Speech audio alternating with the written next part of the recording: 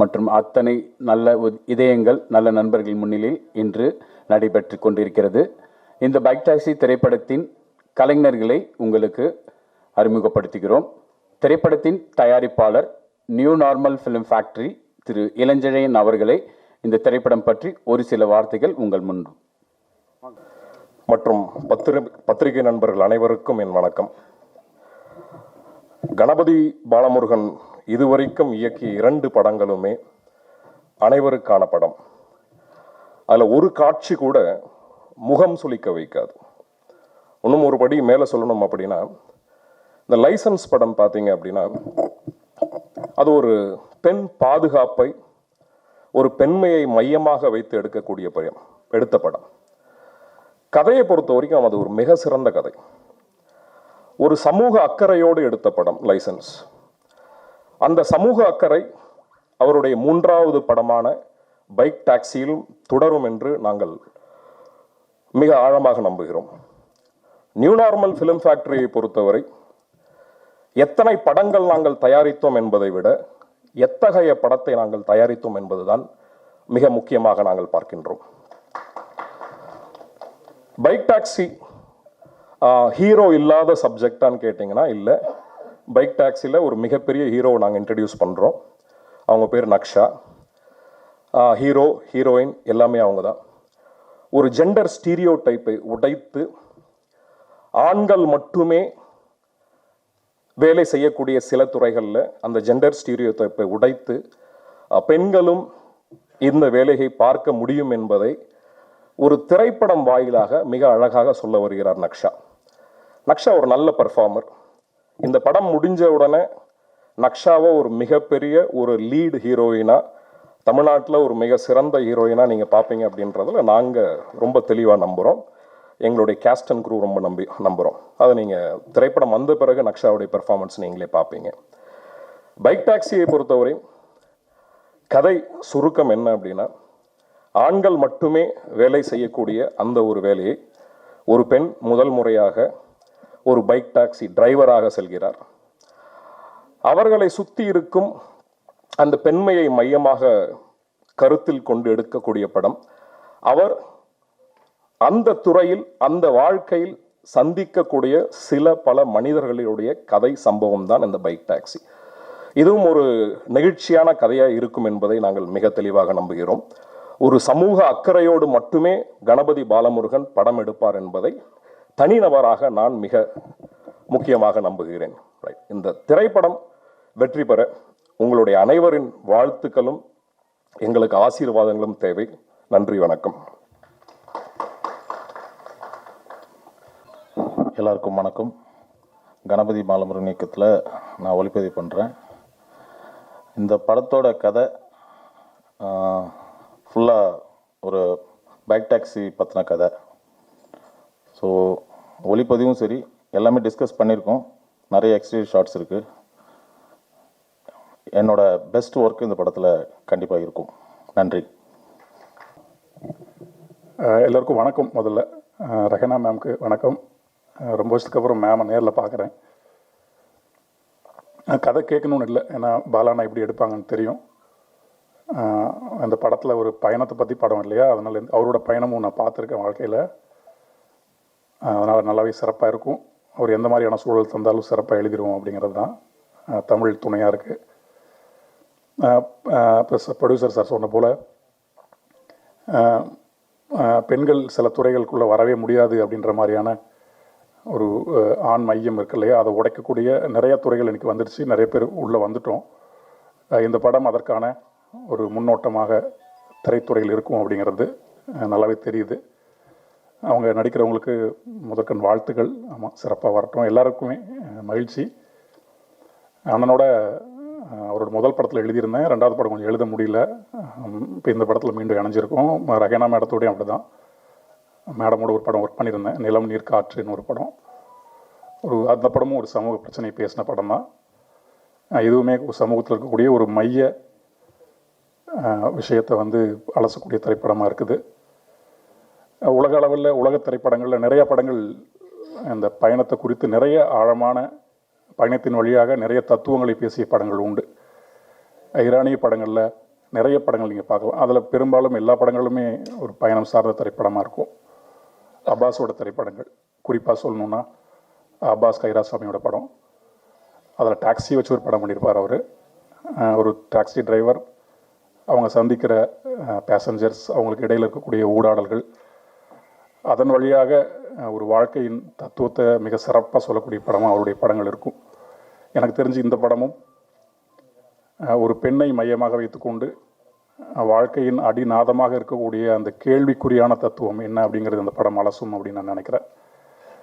நண்பர் ரமணி காந்தன் இந்த படத்தில் எழுதியிருக்கார், இன்னொரு பாடலாசிரியர் அவர். 2 பேரும் இணைஞ்சு பயணிக்கிறோம் இந்த படத்தில். ரொம்ப நன்றி. அவ்வளோதான் சொல்ல வருது இப்போதைக்கு. இந்த படத்தை வந்ததுக்கு பிறகு நிறைய பேசலாம்னு நினைக்கிறோம். ரொம்ப நன்றி அத்தனை பேருக்குமே, தயாரிப்பாளருக்கும் மிக நன்றி, வாழ்த்துக்கள். அனைவருக்கும் வணக்கம். ஊடக தோழர்கள் அனைவருக்கும் வணக்கம்.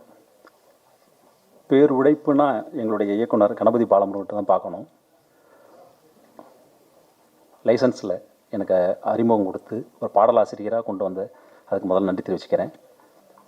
இந்த படம், அதாவது எங்களுடைய இயக்குனர் வந்து பெண்ணியம் போற்றும் படங்களை தொடர்ச்சியாக கொடுக்குறாருன்றது இந்த படமும் அதுக்கு ஒரு உதாரணம். இசையமைப்பாளர் ரெஹானா மேடத்தோட முதல் நாங்கள் இணைகிறோம். என்னுடைய முன்னத்தியர் கார்த்திக் நேத்தா, அவர் என்னை கைப்பிடிச்சு அழைச்சிட்டு போகிறாரு. இந்த படத்தில் அவரோட இணைஞ்சி பாடல் எழுத வாய்ப்பு கொடுத்த இயக்குனருக்கு மீண்டும் நன்றி தெரிவித்து, இதில் பங்கேற்க அனைத்து கலைஞர்களுக்கும் நன்றி தெரிவிச்சுக்கிறேன். எங்களை ஒரு சிறந்த வெற்றி படத்தை பைக் டாக்ஸியை நாங்கள் கொடுப்போம்னு நம்புகிறோம். இதை தயாரிக்கிற எங்களுடைய தயாரிப்பாளருக்கும் நன்றி தெரிவிச்சுக்கிறேன். நன்றி, வணக்கம். இந்த எல்லாருக்கும் வணக்கம். பைக் டாக்ஸி மூவியில் என்ட்ரி ஆகிருக்கிறேன். இந்த டைரக்டர் சாரும், cameraman sir and producer sir, ma'am ரேனா ma'am கூட நான் ஒர்க் பண்ணியிருக்கிறேன். அண்ட் இதை வந்து ரொம்ப பெஸ்ட்டாக பண்ணணுன்னு ஆசைப்பட்றேன். Thank you for every one. Thank you so much. இங்கே வந்திருக்கிற அனைவருக்கும் நன்றி. ப்ரொடியூசர்ஸா, டைரக்டர்ஸா எனக்கு 2வது வாய்ப்பு கொடுத்ததுக்காக ரொம்ப நன்றி. And Rihana ma'am, thank you so much. இந்த படம் நல்லபடியாக அமையறதுக்கு வாழ்த்துக்கள். அண்ட் நாங்கள் இதுக்கு ஃபினிஷ் பண்ணிவிட்டு பேசுகிறோம். Bike taxi. Thank you. Good morning. வந்திருக்க பத்திரிகை துறை நண்பர்கள் அனைவருக்கும் என்னுடைய மனமார்ந்த நன்றியை தெரிவித்துக் கொள்கிறேன். அப்புறம் ப்ரொடியூசர் சார், ரெஹானா மேம், எங்கள் டைரக்டர் வந்து ஒரு 25 வருஷம் ஃப்ரெண்டு எனக்கு. முதல்ல நான் அவருக்கு நன்றி சொல்லிக்கிறேன், எனக்கு இந்த வாய்ப்பு கொடுத்தது. 2வதாக நான் கடவுளுக்கு மிகவும் நன்றி சொல்லிக்கிறேன். ஏன்னா 18 வருட போராட்டம், அதை வந்து எனக்கு இந்த முதல் மேடை இது. எனக்கு இந்த வாய்ப்பளித்த என்னை இயக்குனருக்கு நான் மிகுந்த பாராட்டு தெரிவிச்சுக்கிறேன். அப்புறம் இந்த இடத்துக்கு கொண்டு வந்து எனக்கு மனைவிக்கு நான் மிகவும் நான் நன்றியை தெரிவிச்சுக்கிறேன். ஏன்னா என்னோட 18 வருட போராட்டத்துக்கு அவங்க தான் ஒரு சப்போர்ட்டிவாக இருந்தாங்க. அவங்களுக்கு நான் ரொம்ப தேங்க்ஸ் சொல்லிக்கிறேன். இந்த படம் மிக சிறந்த வெற்றி படமாக அமையணும்னு நான் கண்டிப்பாக போராடுவோம். இது கண்டிப்பாக ஜெயிப்போம். எல்லாருக்கும் நான் தேங்க்ஸ் சொல்லிக்கிறேன். நன்றி, வணக்கம். எல்லாருக்கும் வணக்கம். பரவாயில்ல, அண்ணன் வந்து அந்த காம்பேர் வேலையும் சேர்த்து செஞ்சு பட்ஜெட்டை மிச்சப்படுத்திட்டாரு.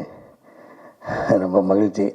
எனக்கு வந்து இது ரொம்ப ஃபஸ்ட் டைம், ஒரு ஃபஸ்ட் எக்ஸ்பீரியன்ஸ். இன்னும் அட்வான்ஸ் கூட வாங்கலை, ஆனால் இப்போதைக்கு வந்துட்டேன். ஏன்னா நேற்று நைட்டு தான் அண்ணன் சொன்னார். அதுக்கு முன்னாடி கதை சொல்லிட்டாரு. ரொம்ப ரொம்ப இன்ட்ரெஸ்டிங்கான கதை. சமீபத்தில் நான் கேட்டதில் ரொம்ப சுவாரஸ்யமாக இருந்துச்சு. என்டர்டெயின்மெண்ட்டாகவும் சரி, அது என்கேஜாகவும், அது பேசுகிற விஷயமும் சூப்பராக இருந்தது. அந்த எல்லாத்துக்குள்ளேயும் அவரோட பார்வையில் ஒரு அறம் இருக்குது இந்த கதையில். அது எனக்கு ரொம்ப பிடிச்சிருந்துச்சி. என்னோடய கேரக்டர் ரொம்ப இன்ட்ரெஸ்டிங்காக, ரொம்ப பெக்குலியராகவும் இருந்தது. அதனால் இந்த படம் நிச்சயமாக பண்ணுறது. நல்ல டீமாகவும் இருக்குது. கார்த்திக் அவர் வந்து உங்களுக்கு தெரிஞ்சிருக்கும் நினைக்கிறேன். விவேக் பிரஸ்னா அவரோட சகோதரர். அவர் தெரியாதவங்க இதன் மூலமாக தெரிஞ்சுக்க. அப்புறம் வந்து அவரோட ரைட்டிங்கில் நான் இன்னொரு படம் பண்ணியிருந்தேன். அது சும்மா ஒரு இதில் சொல்லிக்கிறேன். அது படம் சீக்கிரம் வரப்போகுது. பயங்கரமாக இருந்துச்சு. எனக்கு எக்ஸ்பீரியன்ஸாக சூப்பராக இருக்கும். அந்த படம் வந்து ரொம்ப இன்ட்ரெஸ்டிங்கான படம். அவரோட ரைட்டிங்கில் வரப்போகுது. அப்புறம் இந்த மொத்த டீமுக்கும் என்னோடய வாழ்த்துக்களும், நானும் உள்ளே இருக்கேன்றத மகிழ்ச்சியும் தெரிவிச்சுக்கிறேன். அண்ணன் வையாபுரி அண்ணன் கூட ரீசெண்டாக ஒரு படம் ஒர்க் பண்ணோம். திரும்பவும் சேர்ந்து ஒர்க் பண்ணுறது ரொம்ப மகிழ்ச்சினேன். மேடம் ரேணு மேடம் கேட்டாங்க பிரகாஷ் கூட நடிச்சிக்கிங்கன்னா டக்குன்னு ஞாபகத்துக்கு வரல. நமக்கு ஜிவி சார்னே சொல்லி பழகிட்டோம். அவங்க வீட்டில் செல்லமாக கூப்பிட்ற பேர் நினைக்கிறேன் அப்படி. நான் அவர் யோசிச்சுட்டே இருக்கேன் பிரகாஷ். அப்புறம் 3 படம் நடிச்சிருக்கேன். அப்புறம் ஆமாம் மேடம் நான் சொன்னேன். அதுக்கப்புறம் ரொம்ப நல்ல எக்ஸ்பீரியன்ஸு. எல்லாருக்கும் நன்றி. இயக்குனருக்கு ரொம்ப நன்றி, வாழ்த்துக்களும். கார்த்தி வந்து வரும்போது என்ன சொன்னேன், ஆனால் ஒரு பாட்டு பாடி விடுங்க அப்போ தான் வந்து ரொம்ப வைரல் ஆகும் அப்படிலாம் சொல்லி. எனக்கு பாட்டுலாம் பாட தெரியாது கார்த்தி, பேசுகிறதே எனக்கு ரொம்ப கூச்சமாக இருக்கும். ரொம்ப நன்றி, தேங்க்யூ.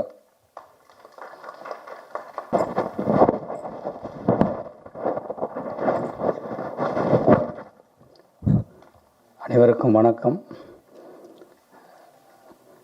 பாலமுருகன் வந்து சினிமாவை எப்படி நேசித்து ஒவ்வொரு காட்சியையும் அவருக்கே ஒரு 4 வாட்டி 5 வாட்டி தனித்தனியாக எழுதி பார்த்து அதை மேட்ச் பண்ணி கொண்டு போவார். அதில் ஒரு சமூக சிந்தனையும் கண்டிப்பாக இருக்கும். இந்த மாதிரியான இயக்குநர்களுக்கு பத்திரிகை நண்பர்கள் எல்லாம் நீங்கள் உறுதுணையாக இருந்து இந்த படத்தின் வெற்றிக்கு நீங்கள்லாம் கண்டிப்பாக உறுதுணையாக இருக்கணும், இருந்து மேலே கொண்டு போகணும். எல்லாம் நல்ல ஒரு குரூப் ஃபார்ம் பண்ணியிருக்காரு. இந்த கேமராமேன் வந்து என்னுடைய ஃபஸ்ட்டு படத்தில் பண்ணவர் தான் சுரேஷ். அவர் தெலுங்கில் மிக உயர்ந்து எடுத்திருக்கக்கூடிய மதியோட அசோசியேட். ஒவ்வொரு காட்சியையும் நீ எத்தனை வாட்டி எடுத்தாலும் சரி, க்ளோஸு மிட்டு வைடு நீங்கள் லாங் ஷாட்டு இப்போ எப்படி எடுத்தாலும் சலிக்காமல் செய்து கொடுக்கக்கூடிய ஒரு நல்ல கடின உழைப்பாளி. அதே மாதிரி படத்துலேயும் காட்சிகளை செதுக்கி பார்த்து ஒரு சமூக சிந்தனை வைக்கக்கூடிய நல்ல இயக்குனர். அதனால் இந்த படம் கண்டிப்பாக வெற்றி பெறும். கதை இதில் எல்லாம் ஹீரோ இல்லைன்னு ஒருத்தர் சொன்னார். இதில் என்னை பொறுத்த மட்டும் கதை தான் முக்கியமான ஹீரோ. இது ஒரு வகையில் நானே கூட இருந்தது. அநேகமாக அடுத்த படம் நானும் பாலமுருகனும் சேர்ந்து பண்ணுறதுக்குரிய வாய்ப்பு இருக்குதுன்னு நினைக்கிறேன். அனைவருக்கும் வாழ்த்துக்கள். நிச்சயமாக இந்த படம் வெற்றி பெறும் என்று நான் முழுமையாக நம்புகிறேன். நீங்கள் தான் அதை கொண்டு போய் சேர்க்கணும் அப்படின்ற வேண்டுகோளை பத்திரிகையாளரிடம் வைத்து விடைபெறுகிறேன். நன்றி, வணக்கம். எல்லாருக்கும் வணக்கம். என் பேர் நக்ஷா சரண். ஃபஸ்ட்டு என்னோட வாய்ஸுக்கு மன்னிப்பு கேட்டுக்கிறேன். I am not feeling well. இங்கே வந்திருக்க எல்லாரும், Kali Venkat sir, Vayapuri sir, Rena ma'am, it's an honour to work with you ma'am. And press and media family, இங்கே வந்து எங்களை சப்போர்ட் பண்ணுறதுக்கு ரொம்ப ரொம்ப தேங்க்யூ. இதே மாதிரி கடைசி வரைக்கும் எங்களை சப்போர்ட் பண்ணுவீங்கன்னு நம்புகிறோம். டைரக்டர் சார் ரொம்ப ப்ரௌடாக அவர் சொல்லிப்பார், ஐ ரைட் குட் விமன் கேரக்டர்ஸ்னு. I think it's is biggest asset. So அந்த ஒரு இதில் எனக்கு இந்த கேரக்டர் கிடச்சது. I am very very blessed. And இந்த கேரக்டருக்கு ஒரு ஜஸ்டிஸ் கொடுப்பேன்னு நம்புகிறேன் சார். யா, நிறைய டைம் எடுத்துக்கல. Thank you so much. I think once the project is done இன்னும் பேச வரேன். Thank you so much.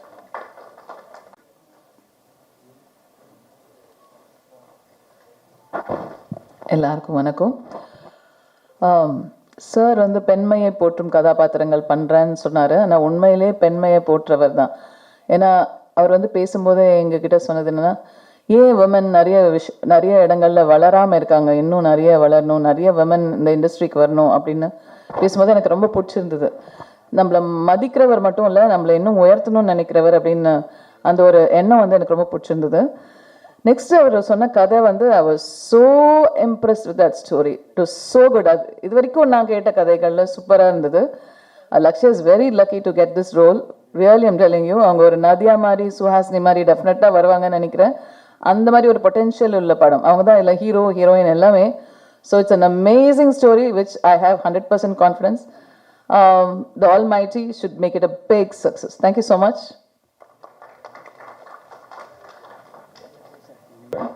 இயக்குனர் கணபதி பாலமுருகனை அழைக்கிறேன். அனைவருக்கும் வணக்கம். ரொம்ப நெகிழ்ச்சியாக இருக்குது. இந்த தமிழ் சினிமாவில் எனக்கு வாய்ப்பு கொடுத்த முதல் திரைப்பட தயாரிப்பாளர் சண்முகம், 2ஆம் திரைப்பட தயாரிப்பாளர் ஜீவானந்தம், எல்லாவற்றிற்கும் மேலாக எனது தாய், எனது மனைவி, எனது குடும்பம், இவங்க எல்லாவற்றிற்கும் மேலாக எனது குருநாதர் சுசீந்திரன். இப்போ நான் சொன்ன மாதிரி முதல் தயாரிப்பாளர், 2வது தயாரிப்பாளர், அடுத்து இந்த 3வது தயாரிப்பாளர் இளஞ்செழியன். ரொம்ப ரொம்ப கடினமான ஒரு சூழலில், பொருளாதாரத்தில் மிக பின்தங்கி இருந்து ஒரு சாதாரண உதவி இயக்குனராக இருந்து இன்றைக்கி 3வது திரைப்படம் வந்திருக்கேன்.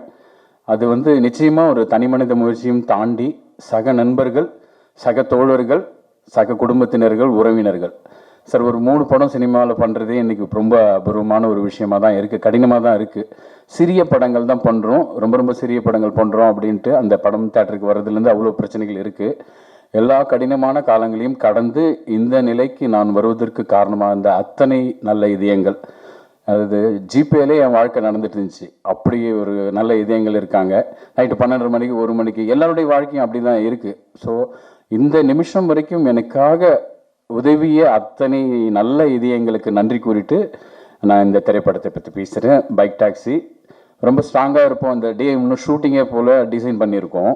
ஸோ ஷூட்டிங்கே போல் இந்த படத்தோடைய கதையை கூட எங்களால் ரொம்ப தைரியமாக சொல்ல முடியும். ஏன்னா எங்கள் எண்ணம், எங்கள் சிந்தனை இன்னொரு இயக்குனருக்கு கண்டிப்பாக வராதுன்றதில் பெரிய நம்பிக்கை இருக்குது. ரத்தன சுருக்கமாக இந்த படத்தினுடைய கதையை சொல்ல முடியும். ஒரு ஃபீமேல் பைக் டாக்ஸி ரைடர் வித்யா அப்படின்ற பெண் ஒரு நாள் தன்னுடைய பயணத்தை ஆரம்பிக்கிறாங்க. அவங்க சந்திக்கிற 6 பயணங்கள், 6 சுவாரஸ்யமான மனிதர்கள், 6 பேர் இருக்காங்க இந்த படத்தில். வந்து இன்னும் நிறைய நடிகர்கள் இருக்காங்க, இருந்தாலும் அவங்கள முறைப்படி நம்ம அறிவிக்கணும். காளி வெங்கட் அண்ணன் மாதிரி, வையாபுரி அண்ணன் மாதிரி சில பேர் உடனே வந்தாங்க இல்லைங்களா. அந்த மாதிரி இந்த திரைப்படத்தில் ஒரு பெண் பைக் டாக்ஸி ஓட்டுநர் சந்திக்கிற 6 சுவாரஸ்யமான கதைகள். ஆன்டாலஜி கிடையாது, இது என்டையர் 6 கதைகள்லையுமே வித்யா என்ற பெண் கனெக்ட் ஆகிருப்பாங்க. நவரசங்களை தாண்டி அத்தனை ஒரு விஷயங்களையும் குணாதிசயங்களையும் பிரதிபலிக்கிற ஒரு அற்புதமான கேரக்டர். ஸோ ஒன் டேல நடக்கிற இன்சிடென்ட்டு 6 கதைகள், அருமையான கதைகள் இருக்குது. ஸோ அது அதே சமயம் நீங்கள் எதிர்பார்க்குற மாதிரி இன்னைக்கு 2024 மஞ்சுமல் பாய்ஸ்னு ஒரு படம் மிகப்பெரிய வெற்றி, சாதாரண வெற்றியில் மிகப்பெரிய வெற்றி. எல்லா இயக்குநர்களுமே அப்படி ஒரு பெரிய வெற்றிக்காக தான் சார் எழுதுகிறாங்க, திரைக்கதை அமைக்கிறாங்க. நிச்சயமாக இப்போ சமீபத்தில் இருக்கிற ஒரு வெற்றியை நம்ம கொண்டாடி தான் ஆகணும். அப்படி எந்த விதத்திலும் எல்லா இயக்குனரும் ஒரு பெரிய வெற்றி படம் கொடுத்ததுக்கு தான் நினைப்பாங்க. அப்படி ஒரு பெரிய வெற்றி படத்தை கொடுக்கணுன்ற நம்பிக்கையோடு வந்திருக்கோம். ஸோ படத்தோடைய முதல் நாள் பூஜை ஷூட்டிங்கு நாளைக்கு, அதுக்கப்புறம் தான் பிளான் பண்ணுறோம். இந்த படத்தோட கதையை நான் உங்களுக்கே சொல்லியிருக்கேன். ஸோ நம்பிக்கை இருக்குது. மிக மிக மிக நேர்மையாக எழுதப்பட்ட கதை பார்வையாளர்களை சுவாரஸ்யப்படுத்தும் என்பதில் எங்களுக்கு எந்த விதமான டவுட் எல்லாம் கிடையாது.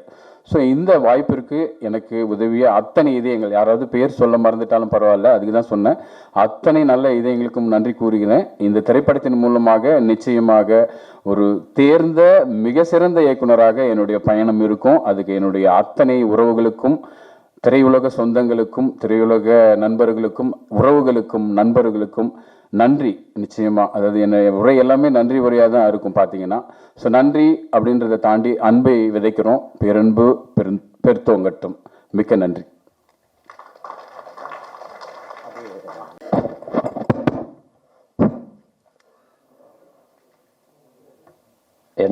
எங்களை வாழ வைத்துக் கொண்டிருக்கும் தமிழ் சினிமா ரசிகர்கள் ஆகிய உங்கள் அனைவருக்கும் எனது பணிவான வணக்கம்.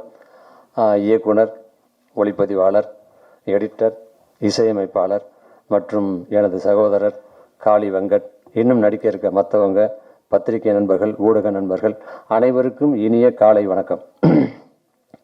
அதாவது அப்பான்னு சொன்னோடனே ஒரு சின்ன நடுக்கம் வரும், எல்லாருக்கும் ஒரு பயம் வரும்.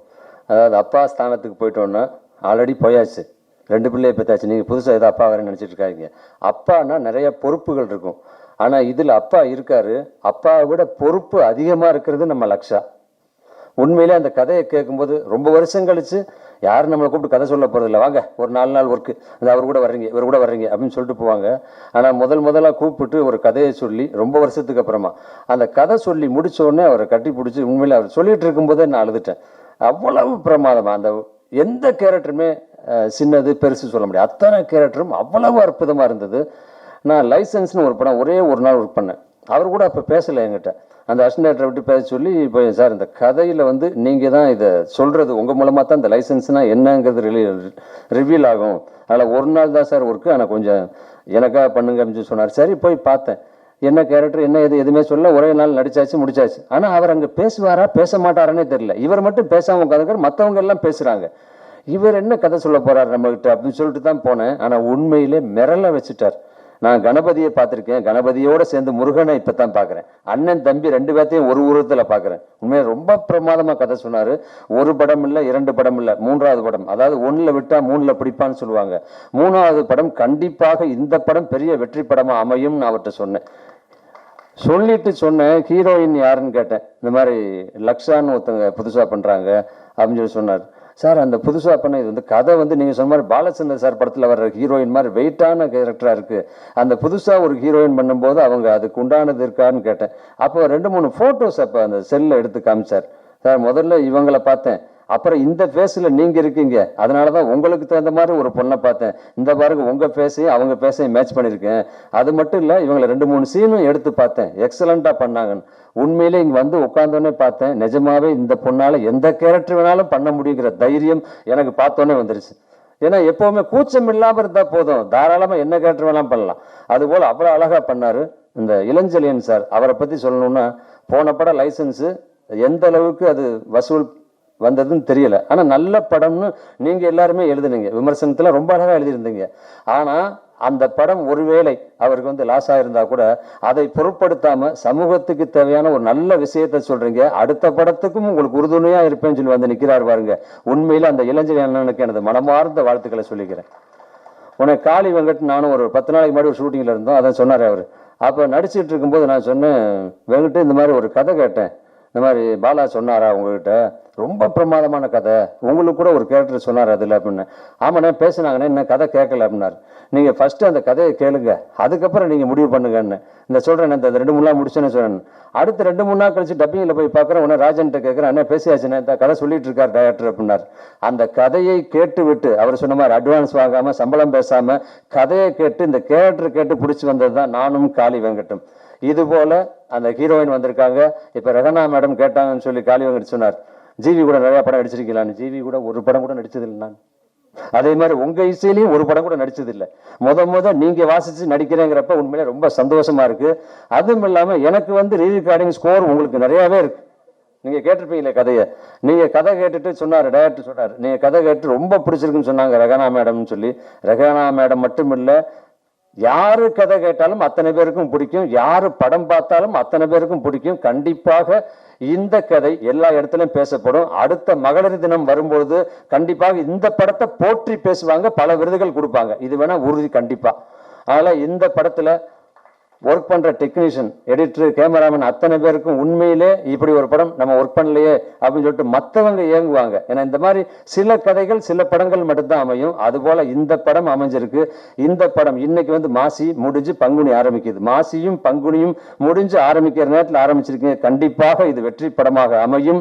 உங்க கூட சேர்ந்து எப்பையும் தோள் கொடுத்து நாங்களும் இருப்போம், இந்த வெற்றிக்கு உறுதுணையாக இருப்போம் என்று சொல்லி பத்திரிகை நண்பர்கள் நீங்க எல்லாம் இருக்கீங்க. கண்டிப்பாக இந்த கதையை, இந்த படத்தை மக்களுக்கு கொண்டு போய் சேர்க்கணும். இது நல்ல படம்ங்கிறத நீங்க எடுத்து சொல்லணும், அவங்க பார்க்க வைக்கணும். இந்த படம் வெற்றி படமாக இதுவும் உங்க கையில் இருக்குன்னு சொல்லி வாழ்த்தி விடைபெறுகிறேன். நன்றி, வணக்கம்.